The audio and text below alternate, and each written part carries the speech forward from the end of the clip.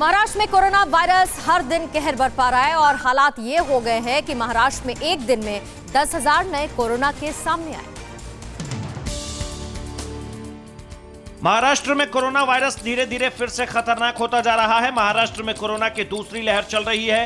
राज्य के कई शहरों में कोरोना के केस हर दिन बढ़ रहे हैं। बुधवार को महाराष्ट्र में 10,000 कोरोना के केस मिले हैं। मुंबई शहर में 1121 कोरोना केस मिले हैं। पिछले 24 घंटे में राज्य में 42 लोगों की मौत हुई है। राज्य में हर दिन संक्रमित लोगों की संख्या बढ़ रही है। दूसरी तरफ प्रशासन ने लोगों को सतर्क रहने को कहा है और स्कूल, कॉलेज और प्राइवेट कोचिंग सेंटर्स को बंद कर दिया गया है। इस बीच पुणे में रात 11 बजे से लेकर सुबह 6 बजे तक जरूरी सेवा को छोड़कर सब कुछ बंद कर दिया गया है। कोरोना वैक्सीन को लेकर इन दिनों बिहार में जबरदस्त सियासत चल रही है। विपक्ष के नेताओं ने ये साफ तौर पर कहा है कि उन्हें कोरोना वैक्सीन पर भरोसा नहीं है। मुख्यमंत्री ले रहे हैं, राष्ट्रपति ले रहे हैं, प्रधानमंत्री देश का लड़े, जैसे वो कर रहे हैं वैसे हम करते रहे क्या? देखा देखी करने वाले हम आदमी हैं। पूरे देश को, पूरी दुनिया को पता है किस इंस्टीट्यूट से निकला, क्या है, किस डॉक्टर ने। अरे इंस्टीट्यूट से आता तक कोई बात नहीं था, इन लोग के हाथ में आने के बाद शंका हो गया है हमको। राजनीतिक फैसले जिस सदन में लिए जाएंगे वहाँ कोई सोशल डिस्टेंसिंग नहीं, सट कर बैठिए, हो तो अपना मास्क लगाइए, न हो तो न लगाइए।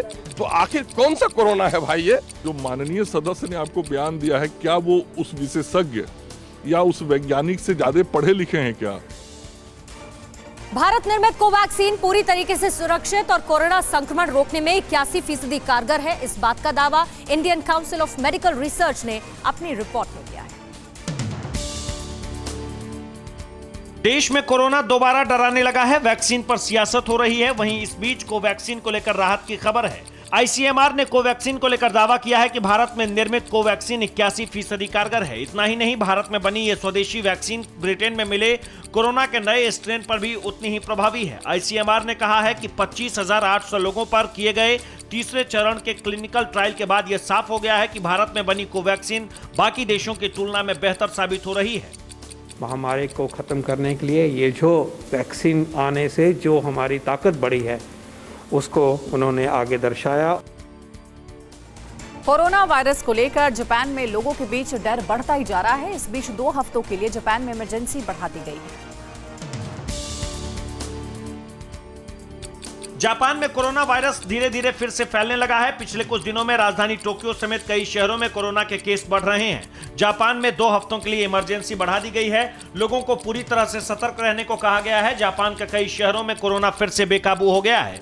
इस बीच जापान के प्रधानमंत्री ने कहा कि टोक्यो क्षेत्र में कोरोना वायरस के बढ़ते प्रकोप को देखते हुए आपात स्थिति को लगभग 2 सप्ताह के लिए बढ़ाने पर विचार किया गया है। दूसरी तरफ यह भी कहा जा रहा है कि मौजूदा हालात में टोक्यो ओलंपिक के दौरान विदेशी पर्यटकों को प्रवेश की अनुमति देना संभव नहीं है। परवाह देश की, सोमवार से शुक्रवार रात 10 बजे TV9 भारतवर्ष पर।